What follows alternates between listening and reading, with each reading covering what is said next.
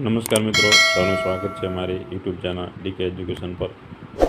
મિત્રો, આજે આપણે વિડીયોની અંદર કેબિનેટ મંત્રી દ્વારા કયા કેબિનેટ મંત્રીને કયું ખાતું સોંપવામાં આવ્યું તેના વિશેની ચર્ચા કરીશું। તો મિત્રો, હમણાં જ ટૂંક સમયની અંદર લોકસભાની ગુજરાતની 26 બેઠકો પર જે ચૂંટણી યોજાઈ ગઈ અને તેની અંદર ગુજરાતની અંદર 25 બેઠકો પર ભાજપ ના ઉમેદવારો સંસદ બન્યા, જ્યારે એક બેઠક પર બનાસકાંઠાની બેઠક પર કોંગ્રેસના સભ્ય એટલે કે ગેનીબેન ઠાકોર જે બનાસકાંઠાના સંસદ બન્યા।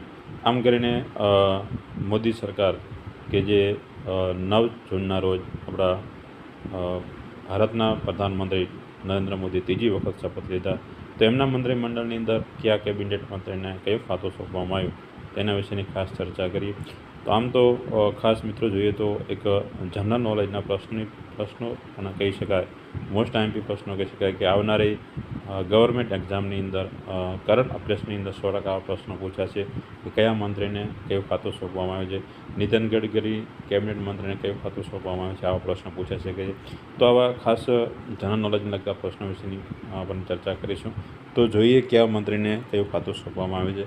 તો સૌ પ્રથમ જે આપણા ભારતના પ્રધાનમંત્રી નરેન્દ્ર મોદીની વાત કરવામાં આવે તો નરેન્દ્ર મોદીને કયું ખાતું સોંપવામાં તેની અંદર પ્રશ્ન ખાતાકીય કે છે, લોક ફરિયાદ અને પેન્શન મંત્રાલય, પરમાણુ ઉર્જા વિભાગ, આંતરિક્ષ વિભાગ, તમામ મહત્વપૂર્ણ નીતિગત મુદ્દાઓ અને કોઈપણ મંત્રીને ફાળવવામાં ન આવેલા તમામ મંત્રાલયો જે આપણા પ્રધાનમંત્રીને સોંપવામાં આવ્યા છે।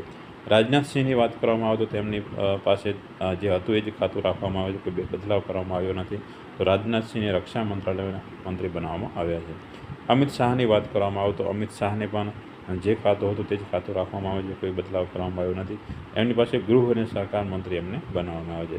નીતિન ગડકરીની વાત કરવામાં આવે તો નીતિન ગડકરીની ખાતાની અંદર કોઈ બદલાવ કરવામાં આવ્યો નથી। તેમની પાસે માર્ગ અને મકાન વિભાગ છે તે રાખવામાં આવે છે। નીતિન ગડકરી માર્ગ અને મકાન વિભાગના મંત્રી બનાવવામાં આવે છે। જેપી નડ્ડાની વાત કરવામાં આવે તો જેપી નડ્ડા આરોગ્ય, કેમિકલ અને ખાતર તેમનું ખાતું સોંપવામાં આવે છે।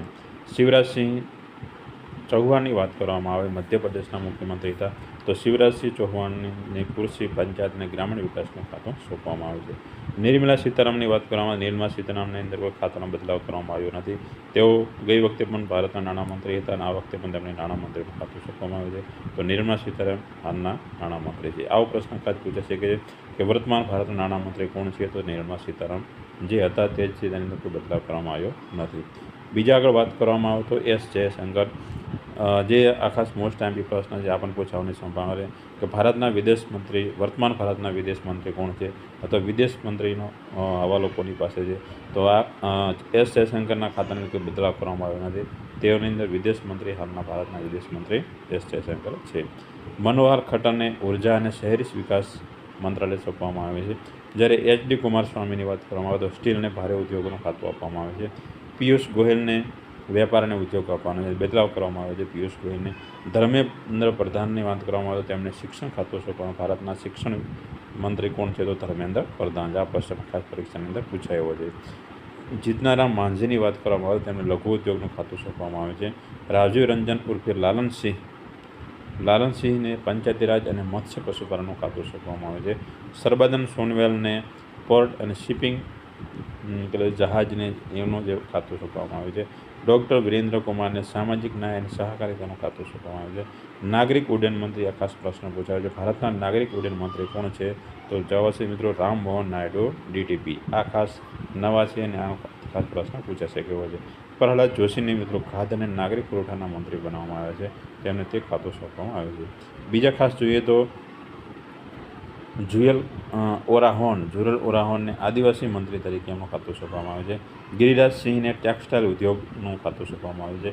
અશ્વિની વૈષ્ણવને રેલવે અને માહિતી પ્રસારણ આઈટી એટલે રેલવે મંત્રી, ભારતના રેલવે મંત્રી કોણ છે, તો અશ્વિની વૈષ્ણવ, આ નવું એક ખાતું સોંપવામાં આવે છે।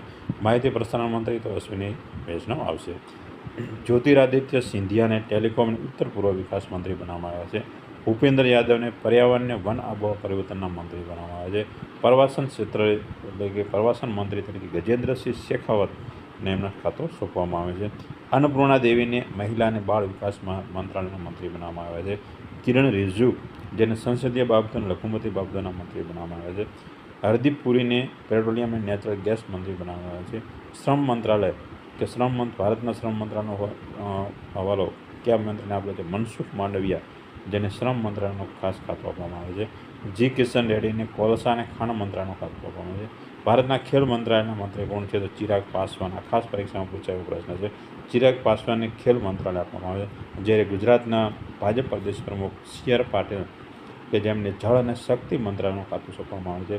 આ પણ ખાસ પરીક્ષાની અંદર પ્રશ્ન પૂછાયો છે કે જળ અને શક્તિ મંત્રાલયના મંત્રી કોણ છે? તો સી.આર. પાટીલ, જેમને આ ખાતું સોંપવામાં આવે છે. તો આમ ખાસ ઉમેદવાર મિત્રો કે જે પરીક્ષાની અંદર જનરલ નોલેજની અંદર પૂછાતા મહત્ત્વના પ્રશ્નો, કયા સંસદને કયું કે મંત્રી પદ સોંપવામાં આવે તેના વિશેની ચર્ચા કરે.